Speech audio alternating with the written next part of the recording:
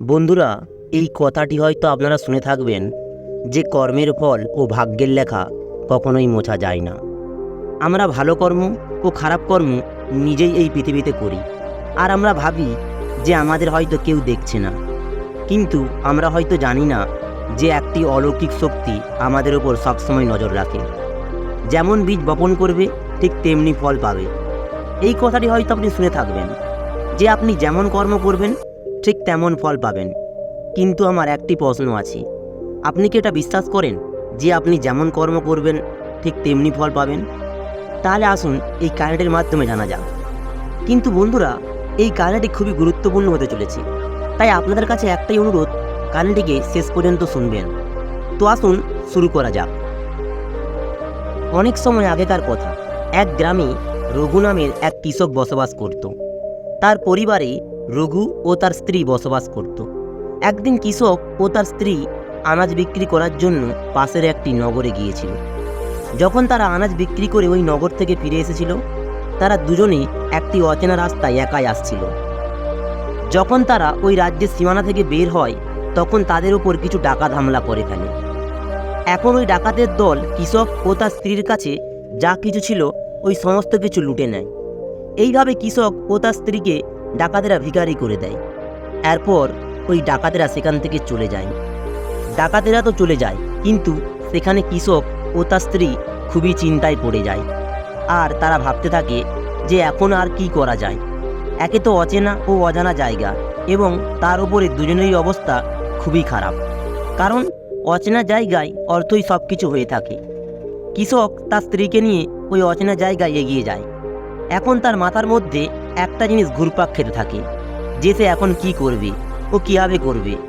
সে এই চিন্তা করেই এগিয়ে যাচ্ছিল। ঠিক তখন নিচে নগরের বাইরে একটি মহাত্মার কুটির দেখতে পায়। তারপর ওই কৃষক তার স্ত্রীকে নিয়ে মহাত্মার কুটিরের দিকে এগিয়ে যায়। যখন তারা ওই কুটিরের কাছে পৌঁছায়, তখন সেখানে তারা এক মহাত্মার দেখা পায়, যিনি এক জায়গায় বসে তার শিষ্যদের উপদেশ দিচ্ছিলেন। ওই মহাত্মাকে দেখে কৃষক ভাবতে থাকে যে আমার সমস্যা এই সাধু মহারাজকে বললে কেমন হয়, হয়তো ইনি আমার কোনো সমস্যার সমাধান করে দিতে পারবেন। এইভাবে ওই কৃষক সেই সাধু মহাত্মার কাছে পৌঁছে যায় এবং তাকে প্রণাম করে।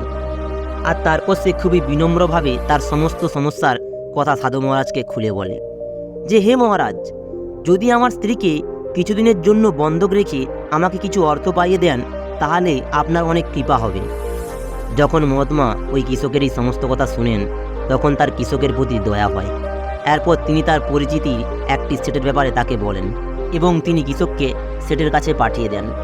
কৃষক তার স্ত্রীকে নিয়ে সেটের কাছে পৌঁছে যায় এবং হাত জোড়ো করে এই সেটকে বলতে থাকে যে, হে সেটজি, আমার কিছু অর্থের দরকার। আমার কাছে জমা দেওয়ার মতো কিছুই নেই। আমার কাছে শুধুমাত্র আমার স্ত্রী আছে। আপনার কাছে আমার স্ত্রীকে রেখে আমাকে শুধু কিছু অর্থ দিন। আমি এই অর্থ দিয়ে যে কোনো ব্যবসা করে সুদ সমেত আপনাকে ফেরত দিয়ে যাব এবং নিজের স্ত্রীকে আপনার কাছ থেকে ছাড়িয়ে নিয়ে যাব। ততদিন আমার স্ত্রী আপনার কাছে আপনার অর্থ দেওয়ার বদলে জমা থাকবে। সেঠ যখন ওই কৃষকের এই কথা শুনেন, তখন তিনি অর্থ দেওয়ার জন্য তৈরি হয়ে যান, আর ওই অর্থের বদলে ওই কৃষকের স্ত্রীকে নিজের কাছে জমা রেখে দেন। এদিকে ওই কৃষক তার স্ত্রীকে ওই সেটের কাছে জমা রেখে এবং ওই অর্থ নিয়ে ব্যবসা করার জন্য সে সেখান থেকে চলে যায়। সে ওই অর্থ দিয়ে ব্যবসা শুরু করে দেয়। কিছুদিনের মধ্যে সে একটি সাধারণ কৃষক থেকে একটি ব্যবসায়ী হয়ে ওঠে। এখন সে অনেক সস্তা দামে কৃষকের কাছ থেকে আনাজ কিনত, আর বাজারে সেগুলোকে অনেক বেশি দামে বিক্রি করে দিত। এইভাবে রঘু অনেক কম সময়ে অনেক বেশি অর্থ জমা করে ফেলে। যখন রঘু অনেক বেশি অর্থ উপার্জন করে ফেলে, তখন 8 মাস পর আবার ওই নগরে ফিরে আসে, যে নগরে সে তার স্ত্রীকে জমা রেখেছিল। রঘু ওই নগরের মধ্যে এসে সোজা ওই সেটের কাছে পৌঁছায় এবং বলে যে, আমি 8 মাস আপনার কাছে আমার স্ত্রীকে জমা রেখে গিয়েছিলাম। এখন আপনি হিসাব করে আপনার সমস্ত অর্থ নিয়ে নিন, আর আমার স্ত্রীকে আমার কাছে ফিরিয়ে দিন। এটা শুনে ওই সেট বলেন, আরে ভাই, আমি আপনাকে কি বলবো, আজ থেকে 3 মাস আগেকার কথা। তোমার স্ত্রী হঠাৎ করে খুবই অসুস্থ হয়ে পড়ে, আর ওই অসুস্থতার কারণে তোমার স্ত্রী মৃত্যু হয়ে পড়ে। আমি তোমার স্ত্রীর অনেক চিকিৎসা করেছিলাম, অনেক বড় বড় চিকিৎসককে দেখিয়েছিলাম, কিন্তু তবুও আমি তোমার স্ত্রীকে বাঁচাতে পারিনি। রঘু যখন সেটের মুখ থেকে এই সমস্ত কথা শোনে, তখন সে খুবই দুঃখ পায়। এরপর একটু ধৈর্য রেখে সে ওই সেটজিকে বলে যেটা হবার সেটা তো হয়ে গেছে, হয়তো আমার ভাগ্যে এমনটাই লেখা ছিল। সে যদি আমার সঙ্গে থাকতো তাহলে তার আয়ু পূরণ হওয়ার পরেই সে মরত। যেটা হবার সেটা হয়েই থাকে, সেটা কেউ বাধা দিতে পারে না। তবুও আপনি আমার কাছ থেকে টাকাটা নিয়ে নিন, যাতে করে আমি এই ব্যাপারে সন্তুষ্ট হতে পারি যে আমি আমার ঋণ শোধ করে দিয়েছি, আর আমি আপনার দেওয়া অর্থ পরিশোধ করে নিজের স্ত্রীকে আপনার কাছে জমা রেখে নিজের কলঙ্ক থেকে মুক্তি পেয়েছি। রঘুর এই কথা শুনে ওই সেট বলে, না ভাই, আমি এখন ওই অর্থ তোমার কাছ থেকে কীভাবে নিতে পারি? যখন আমি তোমার আমানত ফিরিয়ে দিতে পারবো না, তখন আমার ঋণের টাকা নেওয়ার কোনো অধিকার নেই। রঘু বারবার ওই সেটকে অর্থ নেওয়ার জন্য অনুরোধ করে, কিন্তু সেট সেটা মানেন না। এরপর যখন রঘু নিরাশ হয়ে সেখান থেকে বের হয়, তখন রাস্তায় আবার সে ওই জায়গাতেই পৌঁছায় যেখানে সে প্রথমে মহাত্মার সঙ্গে দেখা করেছিল। অন্য দিনের মতো সেদিনও ওই সাধু মহাত্মা উপদেশ দিচ্ছিলেন। রঘু নিজের মনের শান্তির জন্য সেখানে বসে পড়ে আর ওই মহাত্মার উপদেশ শুনতে থাকে। এরপর যখন ওই মহাত্মা তাকে দেখে, তখন তিনি তাকে চিনে ফেলেন আর তার পরিস্থিতির কথা তাকে জিজ্ঞেস করতে থাকেন। তখন রঘু তার নিজের সমস্ত পরিস্থিতির কথা সেই মহাত্মাকে খুলে বলে। এরপর রঘুর ওই সমস্ত কথা শুনে মহাত্মা বলে যে, হে ভাই, সেট তোমাকে মিথ্যা কথা বলেছে, তোমার স্ত্রী অবশ্যই জীবিত আছে। ওই সেট তোমার স্ত্রীকে হয়তো কোথাও লুকিয়ে রেখেছেন, কিংবা ওই সেট তোমার স্ত্রীকে দূরের কোনো আত্মীয়কে পাঠিয়ে দিয়েছেন। এখন তুমি একটা কাজ করো, এখানে তুমি রাজার কাছে যাও আর রাজার দরবারে গিয়ে প্রার্থনা করো যে, হে রাজা মশাই, আমার স্ত্রীকে ওই সেটের কাছ থেকে মুক্তি করে দিন। কারণ এই নগরের যে রাজা আছেন তিনি খুবই বুদ্ধিমান ব্যক্তি, তিনি অবশ্যই তোমার স্ত্রীকে ওই সেটের কাছ থেকে মুক্ত করে দেবে। তার দরবারেই তুমি ন্যায় পাবে। যখন রঘু ওই সাধু মহাত্মার কথা শুনে, তখন ওই রঘু রাজার কাছে যাওয়ার জন্য প্রস্তুত হয়ে যায়। এরপর রঘু ওই রাজার দরবারে গিয়ে পৌঁছায় এবং সেখানে পৌঁছে রাজাকে অনুরোধ করতে শুরু করে যে, হে মহারাজ, আমার স্ত্রীকে ওই সেটের কাছ থেকে মুক্ত করে দিন। আমি ওই সেটের কাছ থেকে কিছু অর্থ ঋণ নিয়েছিলাম, আর বদলে আমি আমার স্ত্রীকে ওই সেটের কাছে জমা রেখেছিলাম। এরপর যখন আমি অর্থ জোগাড় করে ওই সেটের কাছে নিজের স্ত্রীকে আনতে গিয়েছিলাম, তখন তিনি আমাকে বললেন যে আমার স্ত্রী নাকি মারা গিয়েছে, তিনি মিথ্যা কথা বলছেন। রঘুর এই প্রার্থনা শুনে রাজা ওই সেটকে নিজের দরবারে হাজির হতে বলেন এবং তাকে বলেন যে, হে সেট, এটা কি সত্যি যে এই কৃষক কিছু অর্থের বদলে তোমার কাছে তার স্ত্রীকে জমা রেখেছিল? সেট এটা স্বীকার করে বলেন যে, হ্যাঁ মহারাজ, কৃষকের এই কথাটি সম্পূর্ণ সত্যি। এরপর রাজা বলেন যে, তুমি তার স্ত্রীকে কেন ফেরত দিচ্ছ না? রাজার কথা শুনে ওই সেট বলেন, কীভাবে আমি ফেরত দেবো মহারাজ? আমি তো ওই কৃষককে বলছি যে আজ থেকে প্রায় 3 মাস আগে ওর স্ত্রী মারা গিয়েছে। এরপর সেট বলে, হে মহারাজ, আমি তো আর ধর্মরাজের কাছে গিয়ে এক স্ত্রীকে তো ফেরত আনতে পারবো না। তখন রাজা জিজ্ঞেস করে যে, তোমার কাছে কি কোনো প্রমাণ আছে যে এর স্ত্রী মারা গিয়েছে? তখন ওই সেট বলে যে, হ্যাঁ মহারাজ, আমি এটাকে খুব ভালোভাবেই প্রমাণ করে দেব। যিনি এই ব্যক্তির চিকিৎসা করেছিলেন সেই ব্যক্তিটি ভালোভাবে এর প্রমাণ দিয়ে দেবে। যারা এর স্ত্রীকে শ্মশানে জ্বালিয়েছে তারাও এর ভালোভাবে প্রমাণ দিয়ে দেবে। ওই সেট কথাগুলো রাজাকে এতটা আত্মবিশ্বাসের সাথে বলেন যে রাজাও তার উপর ভরসা করে নেন। এরপর রাজা রঘুকে বলেন যে, হে ভাই, যদি তোমার স্ত্রী জীবিত থাকতো তাহলে আমি অবশ্যই তোমার হাতে তুলে দিতাম, কিন্তু এখন তো আমিও মজবুর। এইভাবে রাজা তাকে বুঝিয়ে তাকে ফেরত পাঠিয়ে দেন। রঘু আবার ঘুরে ফিরে ওই সাধু মহাত্মার কাছে পৌঁছে যায় এবং রাজা যা কিছুই তাকে বলেন সমস্ত কথা ওই মহাত্মাকে খুলে বলেন।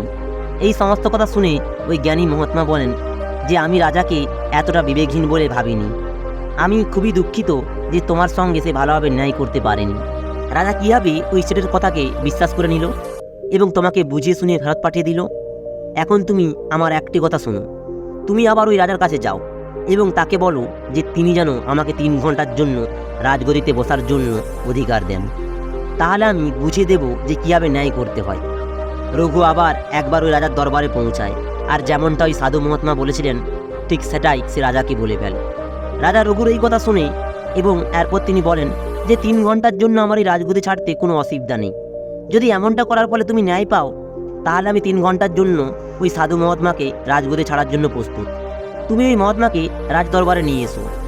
রঘু রাজার এই কথা শোনার পর সে তাড়াতাড়ি ওই মহাত্মার কাছে যায় এবং ওই মহাত্মাকে সেই রাজ দরবারে নিয়ে আসে।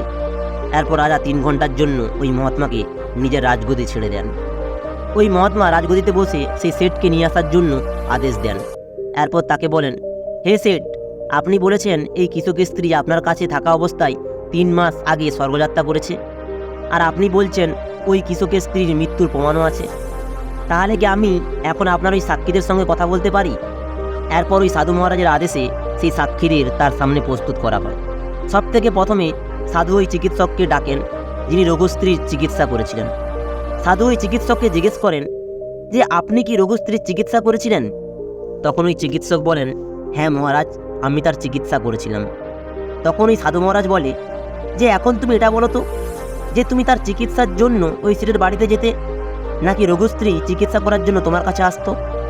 সাধু মহারাজের কথা শুনে ওই চিকিৎসক বলেন যে হে মহারাজ, শেঠজি নিজে এসে আমার কাছে চিকিৎসালয় থেকে ঔষধ নিয়ে যেতেন। এরপর সাধু মহারাজ বলে, অর্থাৎ তুমি বিশ্বাসের সাথে বলতে পারবে না যে ওই সেট ঔষধগুলি রঘুস্ত্রীর জন্যই নিয়ে যেত? তখন চিকিৎসক বলেন, হ্যাঁ মহারাজ, এটা তো আমি বিশ্বাসের সাথে বলতে পারবো না যে সেট তার জন্য ঔষধ নিয়ে যেতেন, কিন্তু এটা বলতে পারবো যে ওই সেট আমার কাছ থেকে অবশ্যই ঔষধ নিয়ে যেতেন। তখন সাধু মহারাজ ওই চিকিৎসককে বলেন, এর অর্থ হলো যে তুমি রোগীকে না দেখেই ঔষধ দিয়ে দিতেন। এটা তো খুবই গম্ভীর একটা ব্যাপার। তুমি তো ঔষধের জায়গায় কাউকে কোনো বিষও দিতে পারো, আর হতে পারে তোমার দেওয়া বিষের কারণেই রঘুস্ত্রীর মৃত্যু হয়েছে। সাধু মহারাজের এই কথা শুনে ভয়ে চিকিৎসকের মুখ কালো হয়ে ওঠে এবং সে ভয়ে কাঁপতে কাঁপতে বলে, না মহারাজ, এমনটা কখনোই হতে পারে না। আমি নিজের কোনো রোগীকে ঔষধের বদলে বিষ কেন দেব? এমনটা করলে তো আমার সমস্ত নাম ও প্রতিষ্ঠা ধুলোয় মিশে যাবে। চিকিৎসকের কথা শুনে সাধু মহারাজ বলেন যে এখন তো তুমি এটাই বলবে নিজের কর্তব্যের প্রতি অবহেলা করার জন্য, এবং একটি রোগীর জীবন নিয়ে খেলা করার অপরাধে আমি তোমাকে 50 গা চাবুক মারার আদেশ দিতে চলেছি।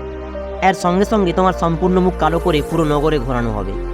এখন তুমি ভেবে নাও যে তুমি সত্য কথা বলবে না তোমাকে গ্রেপ্তার করার আদেশ দেওয়া হবে। এটা শুনে ওই চিকিৎসকের শরীর কাঁপতে শুরু করে, আর সে ওই সাধুর পায়ে পড়ে যায় আর বলে যে হে মহারাজ, আমি স্বীকার করছি যে ওই সেটের স্ত্রীর কোনো রোগের চিকিৎসা করিনি। ওই সেট তো আমাকে কিছু অর্থ দিয়েছিল আর বলেছিল যদি সাক্ষীর দরকার পড়ে তাহলে এমনটা বলি যেন তার পক্ষে সাক্ষী দেই। ব্যাস, শুধুমাত্র আমার এটাই অপরাধ যে আমি লোভে পড়ে তার প্রস্তাব স্বীকার করে নিয়েছি। তখন ওই সাধু মহারাজ বলেন, তুমি যাই বলো না কেন, অপরাধ তো তুমি করেছো, এই জন্য আমি তোমাকে মিথ্যা সাক্ষী দেওয়ার অপরাধে 100 গা চাবুক মারার আদেশ দিলাম। সাধু মহারাজের এই আদেশ রাজার সৈন্যরা সঙ্গে সঙ্গে পালন করেন। সৈন্যরা সঙ্গে সঙ্গে ওই চিকিৎসককে ধরে ফেলে আর সবাই মিলে তাকে চাবুক মারতে শুরু করে। প্রথম চাবুক মারতে সে জোরে চিৎকার করে ওঠে আর বলতে থাকে যে হে মহারাজ, আমার উপর দয়া করুন, নইলে আমি মারা যাব। প্রত্যেকটি চাবুকের আঘাতের সঙ্গে সঙ্গে তার গলা থেকে করুণার আওয়াজ বেরিয়ে আসে। ওই চিকিৎসকের সঙ্গে এমনটা হতে দেখে সেটার বাকি 4 জন সাক্ষীও ভয়ে কাঁপতে থাকে, যারা রঘুস্ত্রীকে নিয়ে শ্মশানে সৎকার করার কথা বলেছেন। এরপর এখন ওই 4 জন সাক্ষীর সময় আসে। ওই সাধু মহারাজ তাদেরকে জিজ্ঞাসা করেন যে তোমরা বলছো ওই রঘুস্ত্রীকে তোমরা শ্মশানে নিয়ে সৎকার করেছো, এখন আমাকে এটা বলো তো, সৎকার করার সময় যখন মৃত শরীরকে চান করানো হয় তারপর তাকে কাপড় জড়িয়ে মাটিতে রাখা হয়, স্নান করানোর সময় তোমরা তার মৃত শরীরকে কি দেখেছিলে? এটা শুনে ওই 4 জন ব্যক্তি বলে, না মহারাজ, আমরা তো তার মৃত শরীরকে দেখিনি। যখন শেঠজি সমস্ত কিছু প্রস্তুত করে রেখেছিলেন তখন আমরা তাকে সোজাসুজি সেখানে নিয়ে যাই এবং জ্বালিয়ে দেই। ওই 4 জনের কথা শুনে সাধু মহারাজ বলেন, তাহলে তোমরা এটা জানার উচিত ভাবনি যে তার মধ্যে কোনো মৃত ব্যক্তি শুয়ে আছে নাকি কোনো জীবিত ব্যক্তি? এমনটা নয় তো যে কোনো বিষাক্ত পদার্থ দিয়ে অজ্ঞান করানো কোনো ব্যক্তিকে ভেতরে শোয়ানো ছিল আর তোমরা তাকে শ্মশানে নিয়ে জ্বালিয়ে ফেলেছ? এটা তো খুবই একটা গম্ভীর ব্যাপার। এর জন্য তোমাদের মৃত্যুদণ্ডের সাজাও দেওয়া হতে পারে। ওই 4 জন ব্যক্তি চিকিৎসকের শাস্তি দেখেই আগে থেকেই ভয় পেয়েছিল। এরপর যখন তারা ওই সাধু মহারাজের মুখ থেকে মৃত্যুদণ্ডের কথা শোনে তখন তাদের সবার হাত ও পা ঠান্ডা হয়ে যায়। এরপর যখন এই সাধু মহাত্মা সেটের দিকে দেখেন তখনই সেই সেটের চেহারা সম্পূর্ণ কালো হয়ে ওঠে। তখন সাধু মহারাজ বলেন, হে সেট, তোমার 5 জন সাক্ষীরা তো আগে থেকেই হাওয়া বেরিয়ে গিয়েছে। এখন তুমিই বলো, কারো ইচ্ছার বিরুদ্ধে কারো স্ত্রীকে জোর করে রাখার অপরাধে তুমি কোন সাজা পেতে চাও? সাধু মহারাজের এই কথা শুনে ওই সেটের সম্পূর্ণ চেহারা মলিন হয়ে পড়ে, তার মুখ থেকে কোনো কিছু আওয়াজই বের হয় না। এরপরই সাধু মহারাজ বলেন যে হে সেট, এখনও অনেক সময় আছে, তুমি রঘুস্ত্রীকে এই দরবারে হাজির করো, না হলে তোমাকে 10 বছরের কঠিন কারাগারে সাজা ভোগ করতে হবে। এই সাজা পাওয়ার ভয়ে সে সঙ্গে সঙ্গে তার কর্মচারীদের সেখানে পাঠিয়ে দেয় এবং ওই রঘুস্ত্রীকে রাজদরবারে নিয়ে আসেন। আর ঠিক তখনই ওই সাধু মহারাজ রঘুস্ত্রীকে রঘুর কাছে তুলে দেন আর ওই সেটকে মিথ্যা সাক্ষী করার অপরাধে 5 মাসের জন্য কঠিন কারাগারে সাজার আদেশ শুনিয়ে দেন। আর ওই 4 জন ব্যক্তিকেও কঠিন সাজা দেওয়া হয়, যারা রঘুস্ত্রীর মৃতদেহকে শ্মশানে নিয়ে যাওয়ার মিথ্যা সাক্ষী দিয়েছিল।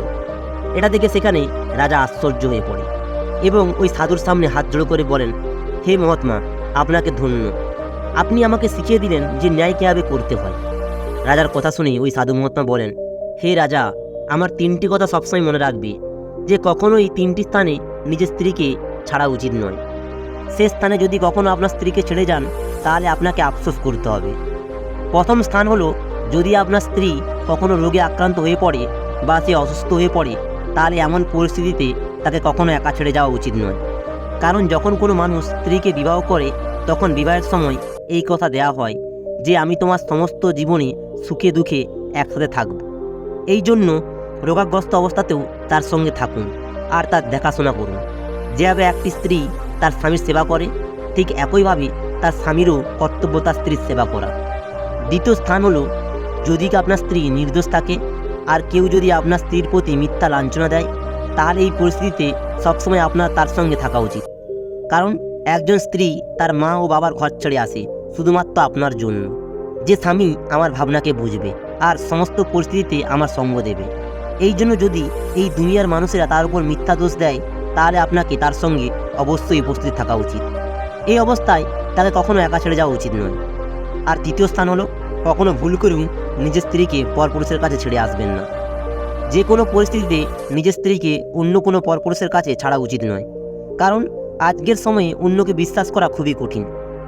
সাধু মহাত্মার এই সমস্ত কথা শুনে রঘু ও রাজা ভালোভাবে বুঝে যায়। তো বন্ধুরা, আজকের এই ভিডিওটি থেকে আপনারা কি বুঝতে পারলেন ও এখন আপনাদের কি করা উচিত অবশ্যই কমেন্টের মাধ্যমে জানাবেন।